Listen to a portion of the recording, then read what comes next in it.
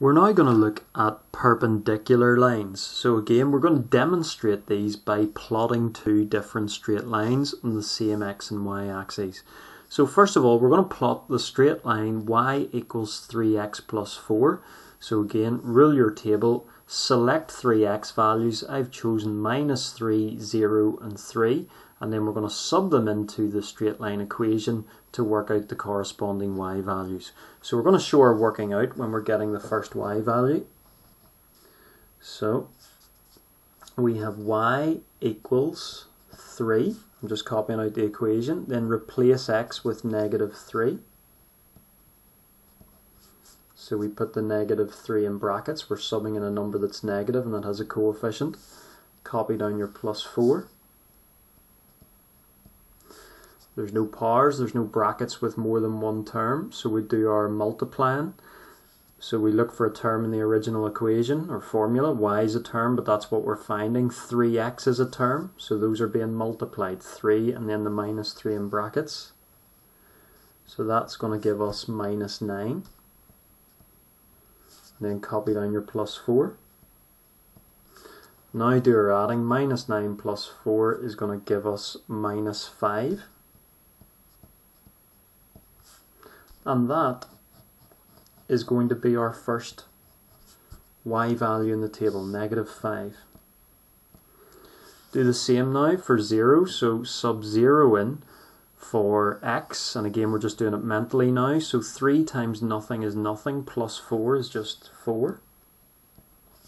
And then sub 3 in for x, we're going to get y equals 3 times 3 is 9, 9 plus 4 is going to give us 13. So we're now going to plot this straight line by plotting each column of values as a point. So the first point we're going to plot is -3, -5. So move along the x-axis to -3, and then we're going to move down and plot a point level with -5 in the y-axis. Then repeat for the next point, 0, 4. So we move along the x-axis to 0, and then we move up 4. And then finally we're going to plot 3, 13. So move along the x-axis to 3 and then move right up to 13. And then taking a ruler, we're going to draw a lovely straight line through the points.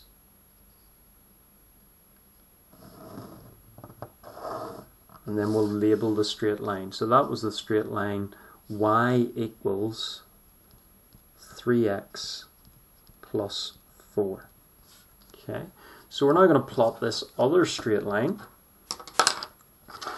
So the other straight line has the equation y equals -1/3 x minus 2. So again, choose 3x values, and then we're going to work out the corresponding y values in our table. So let's show our working out again to get the first y value. So we copy down y equals, and then we've got -1/3. And then replace x with the value we're subbing in, which is -3. So we put it in brackets. We're subbing in a number that's negative and that has a coefficient. And then we copy down our -2. So again, there's no powers, there's no brackets with more than one term. So we do our multiplying. And to know what's being multiplied, go to the original equation and look for a term. Y is a term, but that's what we're finding. -1/3 x is all a term. So -1/3 and the value of x that you subbed in are being multiplied. So -1/3 and -3 are being multiplied. So the smart way of doing this is multiply the signs first. So negative times negative is positive. And then 1/3 multiplied by 3. So 1/3 of 3 is just going to be 1. So that will just give us +1. Copy down your -2. So we're going to be left with 1 minus 2 is just going to give us -1. So that is our first y value, -1. So we're going to do the rest mentally.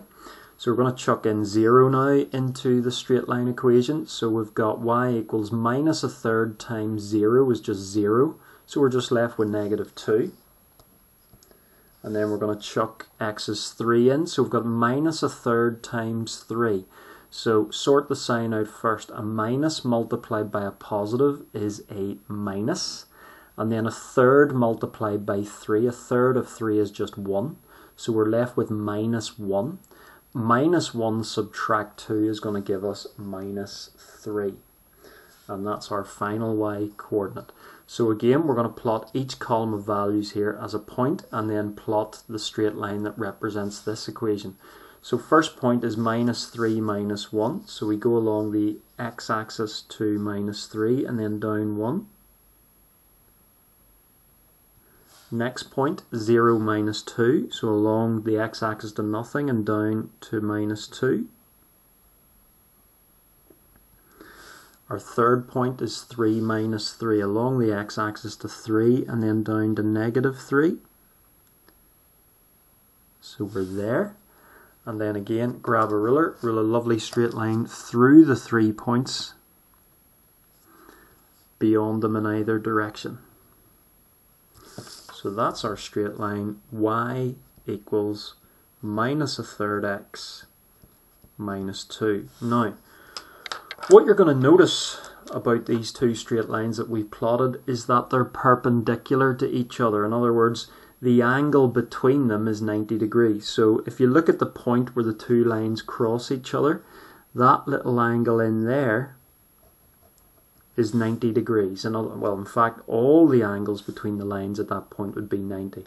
So these are called perpendicular lines. They're at 90 degrees to each other. Now, so what do you notice about the two lines? They are perpendicular.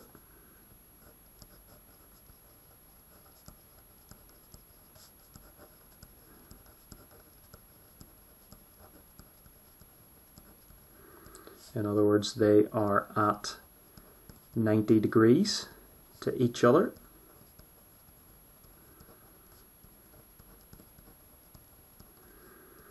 Now, how do you know two lines are perpendicular if you weren't given their sketches? In other words, if you were just given their equations.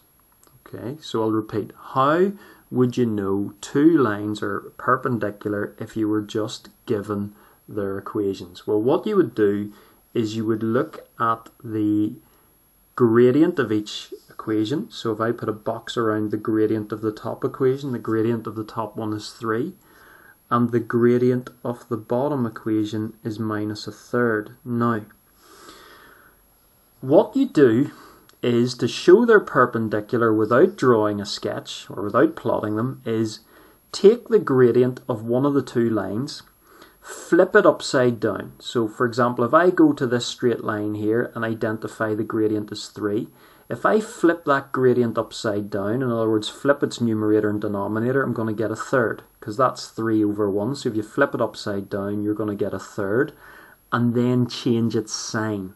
You're going to get minus a third. Now, is that the gradient of the other line? Yes, it is. So that's how you know two lines are perpendicular, even if you weren't given their sketch.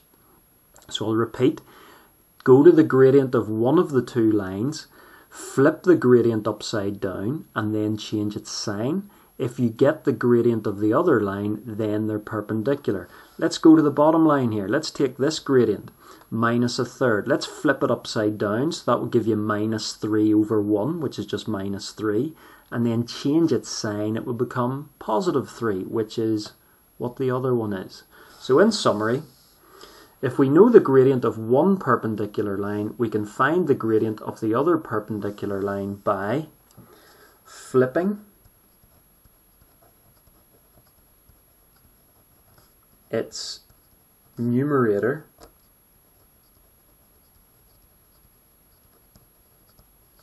and denominator,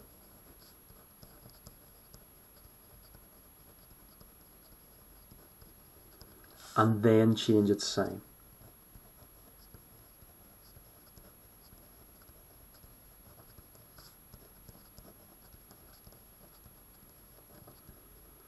And that's what we're going to look at in the next few examples.